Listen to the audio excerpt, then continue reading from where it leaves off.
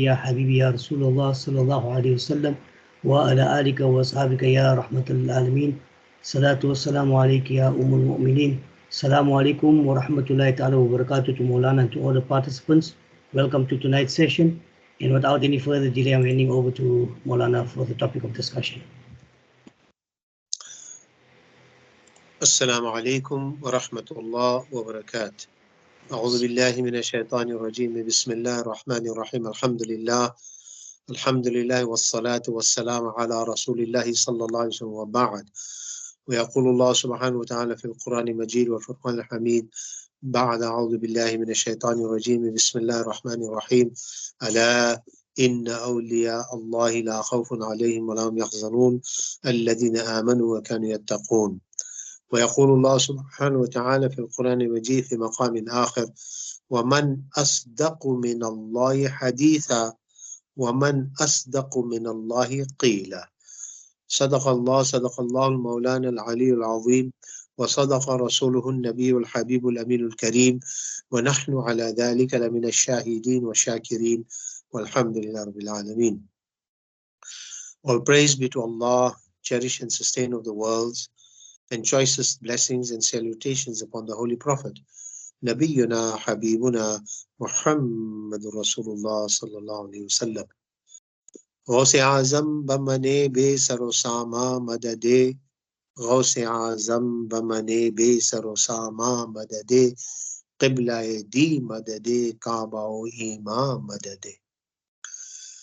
Welcome to the beautiful month of Rabiul Akhir. As we all know, globally there is a tremendous amount of culture around what in this part of the world we say 11वीं Sharif. And sometimes somebody asked me about it, especially from the younger generation who may not have necessarily received the enculturation of this activity. And it differs, like in the Indo-Pak subcontinent, the 11वीं Sharif is sort of commemorated differently, celebrated differently, remembered differently. In the Arab world, it's differently. Alhamdulillah, many people are preparing to travel to Baghdad Sharif, and we make dua that they go safely and come back safely, and that they be accepted in the audience and in the presence of Sarkari Ghausiyat, Huzur Ghaus Azam, Sayyid Abdul Qadir Jeelani, radiallahu anhu. And as much as we may not perhaps know specifics about his name, he has as much influence upon us as the great patron saint of India, which is Khwaja Gharib Nawaz radiallahu anhu. And I'm here not talking of sentimental connections or even spiritual connections. I'm just talking of pure history. And of course, that is another difficulty we have about history. Even as it is playing itself out distortedly in the Middle East, and it's not possible that we was not mention or talk about the events that are unfolding there. But subhanallah, Sayyid Abdul Qadir Jeelani radiallahu anhu's life and his dedication to truth and his dedication to the restitution of the human condition ties in extremely well. Here we have a brilliant, foundationally principled lifestyle of a saint of Allah, the head of the Qadiriyya silsila, the head of the awliya, and in his life and in the reflection of his life and in the nasiha of his pious mother, a wali of Allah, the friend of Allah, and the nasihat that she gives her son on his journey to go and look for knowledge, on the pursuance of the road of knowledge. We see the reflections of what is unfolding in the Middle East, especially in a time when social media is at the tip of everyone. But even there, the distortion of history and the distortion of the truth, the distortion of words, it is so absolutely blatant. You know, once upon a time, many years ago in the 60s, they used to say, you know, the Iron Curtain. The Iron Curtain was that where the communist countries and the Western capitalist countries, there was sort of an invisible wall that was built and nobody had access across the wall, just like perhaps the physical Berlin Wall, or, well, for now, most walls have broken down. Even the wall of China is now broken down. Anybody can go and visit, in a sense. Well, there's access. I won't say it's broken down, but there's access. So the wall is no more for what it was originally built. But unfortunately, in this day and time, in 2023, as we talk, more and more and more walls are being put around the open air prison that is called Gaza, which is incidentally the birthplace. It is the birthplace of Sayyidina Imam Shafi'i radiallahu anhu. He was born in Gaza, or Gaza as in Arabic is being said. So the Sayyid Abdul Qadir Jeelani's life, if we parallel that with the Gharwi Sharif and the unfolding events, we are not far away from that. It is something which we can parallel. We can talk about both, and we will come to that in a minute, as it were. I also must inform our audience and our listeners, local and international, that we have a very esteemed and eminent guest that is with me. His Eminence Hazrat Janab Irfan Ali Shah Sahab, Ghaus Kamal, Maddazilul Ali. May Allah extend his saya upon all of us for many, many years. His eminent father, Hazrat Maulana Pir Tariqat, Hazrat Maqsood Ali Shah Sahab Rahmatullah alayhi, hails from our Konkan area, and his two sons are like two beacons in this part of the world. He is at the moment in Cape Town. I'm going to ask him even just to recite any manqabat of Huzur Ghaus Paak, even if it is just a few lines, for the benefit of our local, national and international adherents. If Hazrat can just, even a little bit, barakatan Hazrat. Qasida Ghausiya, anything Hazrat. Tashrif la Hazrat. I'll sit after you again. Don't worry. Fadal say it. Sorry, look. Stop sooner. अस्सलाम वालेकुम रहमतुल्लाहि व बरकातहू। बरकत के लिए अल्हम्दुलिल्लाह, हजरत के हुक्म के मुताबिक बरकत के लिए सरकार गौस पाक की बारगाह में कसीदा गौसिया के चंद अशआर पेश कर रहा हूं। Samir, is the sound okay? Ji Maulana, sound is fine, alhamdulillah, shukr. أعوذ بالله من الشيطان الرجيم. بسم الله الرحمن الرحيم. سقاني الحب كأسات الوصال فقلت لخمرتي نهوي تعالي. سعد ومشت لنهوي في كوس فهمت بسكرتي بين الموالي. فقلت لسائر أقتابل بحالي وادخلوا أنتم رجالي. وهموا واشربوا وأنتم جنودي فساك الكوم بالماء وعفي ملالي. شربتم فضلتي من بعد سكري ولا نلتم ألوبي واتصالي. مقامكم الأولى جمعوا ولكن مقامي فوقكم ما زال عالي. أنا في حضرة التكريب وحدي يصرفني وحسبي ذو الجلال. أنا القاضي أشهد كل شيخ ومن ذا في الرجال يؤتي مثالي. كساني كلعة بطراد أزم وتوجني بتيجان الكمال. وأطلعني على سر قديم وقلدني وأعطاني سوالي. وولاني على الأكتاب جمعا فحكمي نافذ في كل حال. فلو ألقيت سري في بحار لصار الكل غورا في الزوال. ولو ألقيت سري في جبال لدكت واختفت بين الرمال. ولو ألقيت سري فوق نار لخمدت وانتفت من سر حالي. ولو ألقيت سري فوق ميت لقام بقدرة المولى تعالي. وما منها شهور أو دهور تمر وتنكدي إلا أتالي.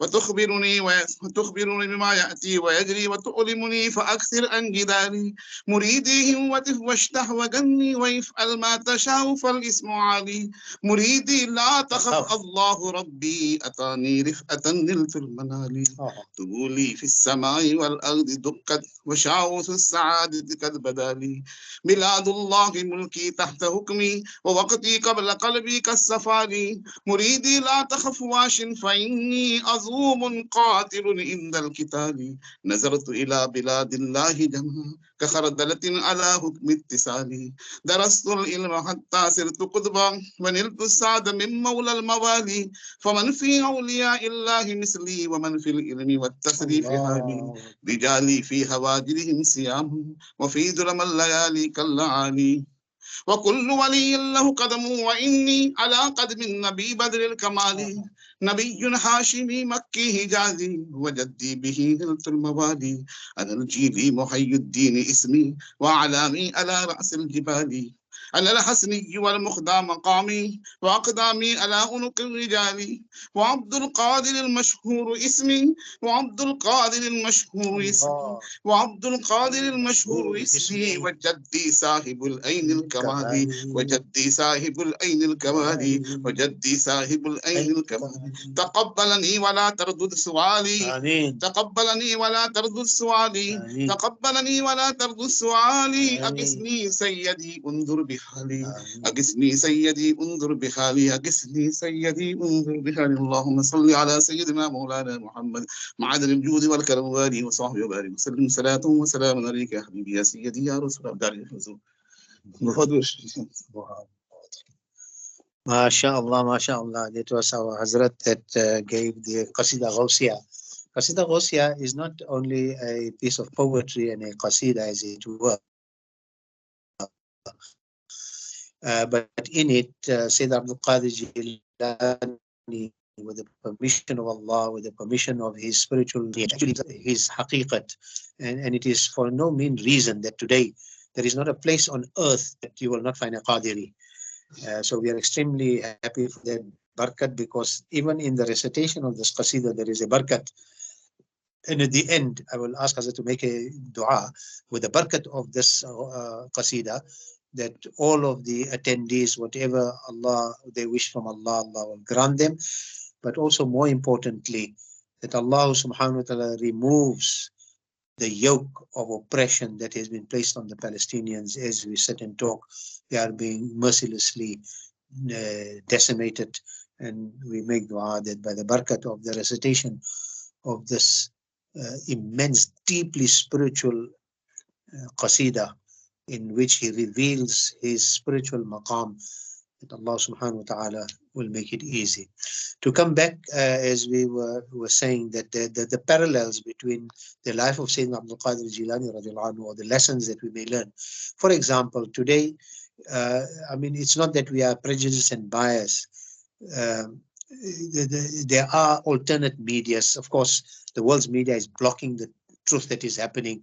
They're only showing in very little. They try to show that they're a bit objective, like BBC, for example, that I've been following. They try, you know, and they're even getting a bit of pressure from the government. But that's all a setup. They know exactly how to manipulate words. They know exactly how to lie to their communities, to the point that everybody, or the majority of those countries' adherents, believe them. That is why a madcap in America can go and kill and stab a 6-year-old because of the hate of Muslims. Or people like even one of the South African guys with his Springbok jersey on, and how he was, you know, using bad expletives and bad adjectives on the Muslims. And like absolute ignoramus, doesn't know anything of the reality, but he believed what the media, so much the media has power. But it is the Muslim mind that knows, even just by instinct, if you wish, because of the kalima la ilaha illallah Muhammadur Rasulullah. It is so deeply a haqiqat and a truth, and it's not just a a truth spoken by human beings. It is a truth from Allah subhanahu wa ta'ala. It is Allah's truth, and we are the last community on earth that are the custodians of truth. We can use words and know its truth.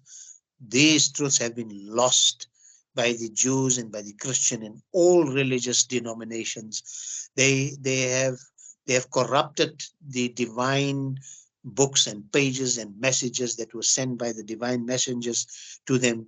If they want to find the truths of Isa alayhi salam, of Jesus Christ, if they want to find the truths of Musa alayhi salam, Moses, if they want to find the actual truths of any of the prophets of the Old or Testament or the Torah or the Injil, the Quran still is the criterion. It is the Al-Furqan. It is the criterion between truth and falsehood. They can find their truths which they have lost, which they have corrupted. They can find it in the Quran. And if it was left to Muslims, we, even as we are here as a little group on this Wednesday night regular, mashallah, little class that we have, you are extremely fortunate. People don't realize that you can actually give off 30 minutes a week, and all it is just to learn. That's what we are doing. We're learning, because learning starts from the cradle and it is to the grave, and it is these knowledges that will become light in our qabr, inshallah ta'ala. Even the nisbat, even if you are in another silsila, Chishtiya, Sohrawardiya, whatever, but Huzur Ghaus Paak radiallahu anhu is legitimate and is relevant, because Allah has given him, as he himself admits, that Allah, his neck, the Nabi sallallahu alayhi wasallam's qadam mubarak is on his neck, and his qadam is on the neck of all the awliya kiram. Even at that time, many of the awliya kiram actually even said, one of them said, not only on my neck, but bal ala aini wa ra'asi. He said, oh Ghaus Paak, your qadam, to show the respect, and that they are a follower of him in his fiqh, in his ruhaniyat, in his knowledge, in his behavior, in whatever he has brought, because he is both related to the Nabi sallallahu alaihi wasallam, to the Hassani and Husseini line. He says that too, that I am an offspring of the great Nabi sallallahu alaihi wasallam. He says that my name is Muhyiddin, that which is the reviver of the deen. Allah sent these awliya after the period of the Anbiya, when there is no more people to revive the religion. Allah has sent this category of human beings, which are called the awliya, the friends of Allah. And their entire mission, they're walking, they're talking, they're being married, they're having children, they're eating, everything is dedicated in the consciousness of Allah. And that is why even today, people actually take a trip to go to Baghdad Sharif. Even in the time of the war, or just when it ended, or between the two wars, people took that chance, knowing that the security wasn't guaranteed. But they said, we are going to Huzur Ghaus Paak, he'll sort us out, he will look after us. And alhamdulillah, people have gone and come many years now. And Mubarak to those that are there, Mubarak to those that have intended, Mubarak to those that are still going. But to link it back, the whole idea was, we can see how the truth is being slaughtered, just as they are slaughtering human beings, and they've dehumanized them. They've said it clearly. The American leader, I don't even want to give them the dignity of taking their names. The satanic leader of America, he himself called the sheer evil one way, did not have 1 minute to say that deep down they know, because they are manipulating the global scene while they have the strength. But one day they will not have the strength, and they will be just like the British Empire. Once upon a time, they were saying was the British Empire the sun does not set on the British Empire. Why? Because if it rises in a particular part in the east, that country belonged to to British. They had controlled it, and when it sets in the west, so many hours later, it's still the British Empire. So they used to say the sun does not set on the British Empire. Today, they don't have a single credible, smell of colonialism, although they're trying through other means, like the French and others, leaving the multinational companies and their pseudo army forces, they station them in these countries, to perpetuate and still steal and rob the countries of their natural wealth as they're doing now. But you can see in Africa too, they're starting to throw off the yoke. They're throwing them out and then asking them to go back to their countries. And but of course, they're not going to leave because, for example, what country was that where they were buying uranium at the most ridiculous of prices? And so the army took over, and their stooge that was there is calling for intervention. And this is the story of Africa, unfortunately. But like the Roman Empire, like the Persian Empire, like even unfortunately the Ottoman Empire, all of these empires, when they leave the path of Allah and His Rasul, or they oppress, we have an example right in our own country, how the Nationalist Party thought they're going to rule for 1,000 years, and they managed just about under 50 years. 48 to 94 is not even it's 4 short of the 50 years, let alone 500 years or 1,000 years. So oppression by its own nature, ja'al haq wa zahaq al batil. So oppression is batil, it's an untruth, because it is based on lies. The one wasiyat that Huzur Ghaus Paak's mother told him, and this is how mothers should not allow untruths on any level to creep into the home, not even in a joke. The hadith says, "Cursed be that one who even jokes and on a lie to make people laugh." That is how Islam has looked after the relationship between a word, a kalima, a word, and its intended meaning. The West have lost that. They don't know what bala, what curse that is. They think that their tanks and their missiles and their atomic bombs can bring them control of the world. Control of the world lies in a simple word of truth. Huzur Ghaus Paak, Sayyid Abdul Qadir Jeelani's mother didn't give him any. Gave him, of course, the 40 dirhams or the 40 pieces of silver or gold, but only gave him one wasiyat. She didn't give him a long lecture. Today our parents give us lectures that it goes in one and out. Parenting at a certain level, the children don't want to hear you anymore. But we don't hear that from, we make Garvi, which means the celebration of the 11th of Rabiul Akhir. Basically, is to commemorate the life, the birth, the passing, the philosophy, the belief, the behavioral procedures of Huzur Ghaus Paak. That's what Garvi means. These fools that come and say, where's it in the Quran? Where's this? Where's that? Bidah, shirk, haram. Poor people. I feel them sorry.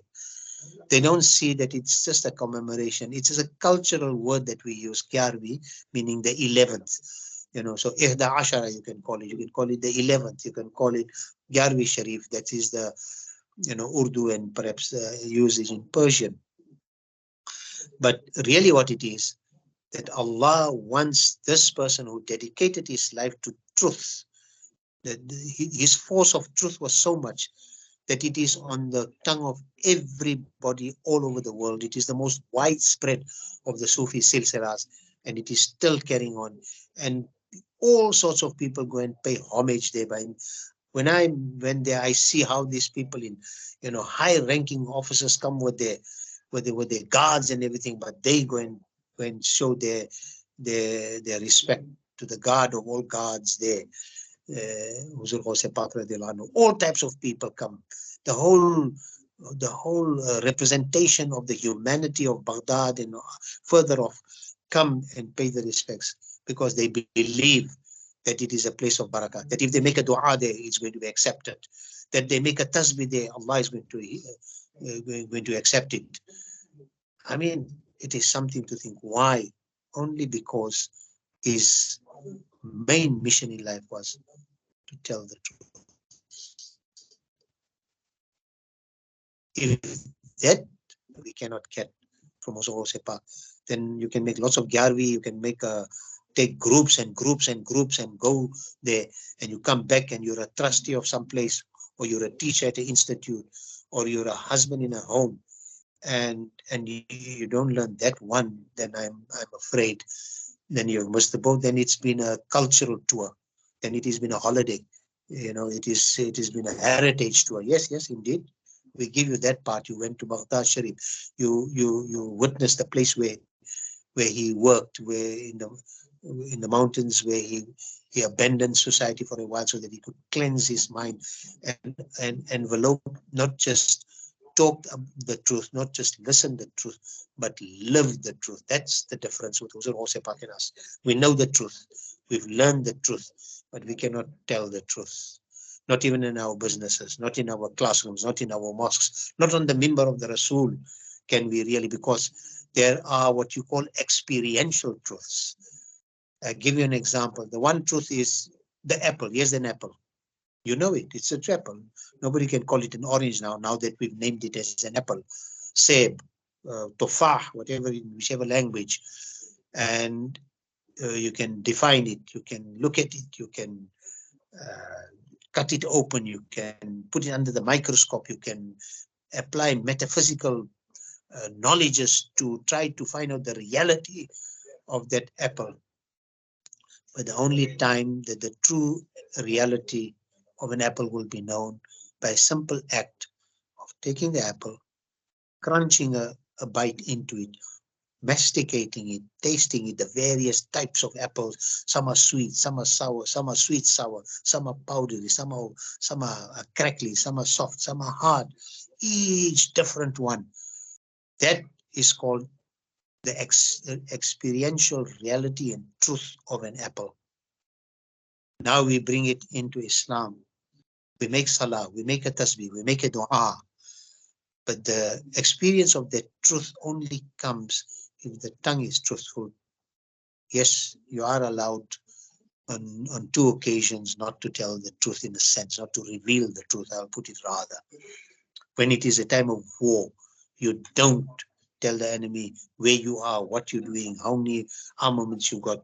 And that is why a tiny speck of the Hamas and the freedom fighters were able to shock one of the most powerful militaries in the world.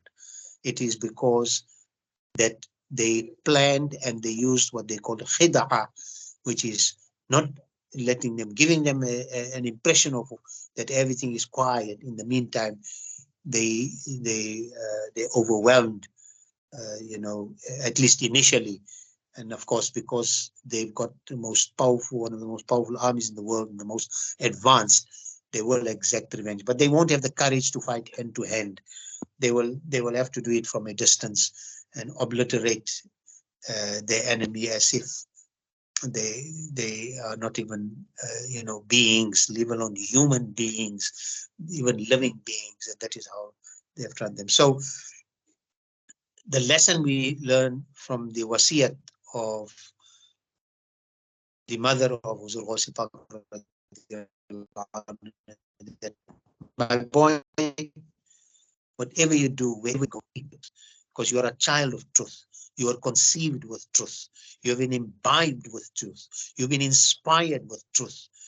Those truths that are with you are right into the to the molecules and atoms in your bloodstream that feeds your brain, that feeds your faculties. That's why you will not be able to tell the truth. Yes, Anbiya are made ma'asum. Ma'asum means that they are not susceptible to any iota of lie. Even if they make a mistake, it is called khata ijtihadi. It is a mistake that Allah wanted them to have, like Adam ala Nabiyina alayhi salatu wasalam. Adam did not sin, as the Christians say. You see, they lose the truth. He was given the khata that he must go under the spell of shaitan, so that he may be removed from Jannah, so that he may come to earth and start the procreation of humankind. If that khata did not take place, we would not be sitting here on earth talking to each other. So that khata was a barakat to bring us here. While it was going against the command of Allah, Allah willed that he must not obey and go near the tree, but that he must eat of it, so that he becomes a human being who is susceptible to one's feelings. But of course, he comes to Arafah and he gets his gnosis back. He gets back to his gnosis and to his original self of utter truth.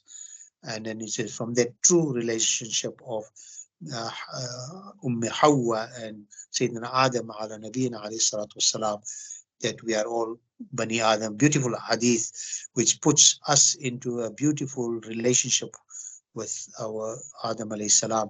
Our Nabi sallallahu alayhi wa sallam informs us that kullukum Bani Adam, you are all the children of Adam alayhi salam. Wa Adamu min teen, but Adam is from dust, from mud, from clay. So we are related to Adam alayhi salam. So we need to bring in the angelic and the prophetic qualities in our lives, because our essence is from him and with him. And it's not difficult, but we need to make a firm intention. That is one of the secrets of getting to your spiritual development, or for that matter, anything you intend it very deeply, very sincerely, very strongly. You will not be fulfilling your niyat. Our duty is just to make niyat. Firm niyat for whatever you want, because it's the first hadith of Bukhari Sharif. Whatever you intend, Allah will take it to you. Whatever you intend, Allah will bring it to you. So a firm niyat. The word Hajj actually means very firm, emphatic niyat. Those that make lukewarm niyats for Hajj don't get there. And those that got no resource, and they have all the resources, but they don't get there. Those that, of course, make a firm niyat. Visibly, they don't have resources, but they are right there. Samir bhai, what's the time? Maulana, we can round off now with the final dua, inshallah. It's almost 8:10. Can somebody make the dua, please? Is Sayyid Sab not there? No, he's left us. I did ask him. But in any case, the roundabout of everything is the words that are being distorted by precedents, by powerful people, by the media. The lesson for us is look after the truths that Allah and His Rasul has given us between the Alif of Al-Hamd, Sin of Al-Nas, in the life of the Nabi Sallallahu Alaihi Wasallam. And in this occasion, one who has followed the Nabi Sallallahu Alaihi Wasallam not only in his genealogy, but dedicated himself to the truths that the Prophet Sallallahu Alaihi Wasallam brought, that made him the king of the awliya. That is a lesson for us. Don't even jokingly try to misrepresent the truth. Don't tell untruths to your children or make it, because it could become a habit that will be difficult to break. So today's is that, alhamdulillah, as a community, as a referent community of truths, we are still the custodians of it. We just have to work a little harder and try to speak the truth. Once we speak the truth, Allah will allow us to live by those spoken truths. Ameen. Shukran. Wassalamu alaikum wa rahmatullah wa barakatuh. Will any of our participants bless us with a short dua? Or Samir, yourself? Amin. Allahumma salli ala Sayyidina Maulana Muhammad wa ala ali Sayyidina Maulana Muhammad wa sallim wa salli alayhi. Allahumma salli Islam wal Muslimin fi Palestine. Allahumma Islam wal Muslimin fi Palestine. Allahumma salli Islam wal Muslimin fi Palestine wa fi kulli makan. ربنا آتنا في الدنيا حسنة وفي الآخرة حسنة وقنا عذاب النار. ربنا ظلمنا أنفسنا وإن لم تغفر لنا وترحمنا لنكونن من الخاسرين. اللهم إني أسألك حبك وحب ما يحبك والعمل الذين يبلغون حبك اللهم إني أسألك حبك وحب حبيبك محمد مصطفى صلى الله عليه وسلم. اللهم اغفر لجميع أمة محمد مصطفى صلى الله عليه وسلم. إن الله وملائكته يصلون على النبي يا أيها الذين آمنوا صلوا عليه وسلموا تسليما. اللهم صل على سيدنا محمد وعلى آل سيدنا محمد وأصحابه وبارك وسلم. Marana, you complete the dua. بفضل سبحان ربك رب العزة عما يصفون وسلام على المرسلين والحمد لله رب العالمين. Shukran jazilan to Maulana, to all the participants. Inshallah, we'll meet again next week. Just a reminder, there's going to be a protest at the Union buildings this Friday. I urge everyone to please try and make themselves available. Come there in numbers, come with your families, and there will be Zohar Salah being performed there as well. And then we go to the Israeli embassy to protest there, inshallah. Okay, Assalamu alaikum wa rahmatullahi wa barakatuh. I greet you also from the Cape, not only of storms, because the original pioneers of Islam came to this part of the world. I'm in Cape Town at the moment, alhamdulillah. We greet you from the Cape of good hope and spirituality. Ameen, Ameen, Rabbil Alameen. Okay, Assalamu alaikum. Assalamu alaikum.